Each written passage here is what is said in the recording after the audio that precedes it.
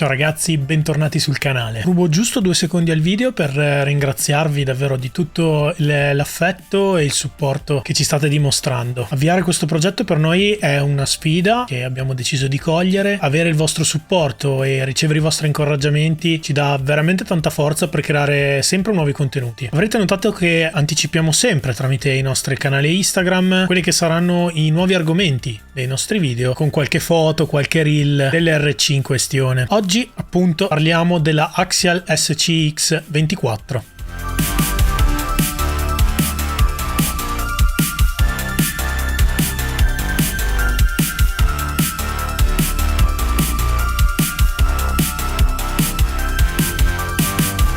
Scala 1/24, motore brushed, body con licenza ufficiale Ford. Tra l'altro la versione del Ford Bronco nuova che ha colpito così tanto gli appassionati. All'interno di questo piccolino troviamo tanta plastica, ma non mancano le chicche per un prodotto molto valido. Tra l'altro è proposto a un prezzo più che accettabile. Queste caratteristiche rendono l'Axial SCX24 piuttosto interessante, soprattutto per chi decide di approcciarsi al mondo dell'RC e quindi cerca non solo una semplicità di utilizzo, il classico RTR Ready to Run, ma anche un prodotto versatile. Partiamo dai lati positivi. La maneggevolezza di questa scala è indubbia, potrete ficcarlo dentro lo zaino senza troppi problemi, portarvelo in una scampagnata, in una scalata, è veramente molto semplice da trasportare. Questo aspetto risulta molto più evidente se lo compariamo alle auto di grande scala che avrete già visto qui sul canale, tipicamente le 1.10 come il TRX4 o la Wide Max. Apprezzerete particolarmente questa piccola scala nel momento in cui la vostra batteria si esaurirà, perché non dovrete scarrozzarvi dietro una bestia come il TRX4 in spalla per qualche chilometro e la schiena ringrazia, fidatevi, ci è già successo. Dato che andiamo incontro alla stagione fredda, SCX24 risulta particolarmente indicato anche per un utilizzo domestico. Il passo del divano, il monte bracciolo e la cresta dello schienale che conduce alla penisola della chaise longue sono i nostri passaggi preferiti, soprattutto dopo una giornata di lavoro in cui si è stanchi, abbiamo voglia di giocare un po' con la nostra RC, ma non abbiamo così tanta voglia di prenderci su e di riuscire a fare brigare, come si dice dalle nostre parti. Il Bronco di casa Axial è capace di regalare molte ore di divertimento domestico, un aspetto non da niente, soprattutto considerando le complessive performance del mezzo. Veniamo ai limiti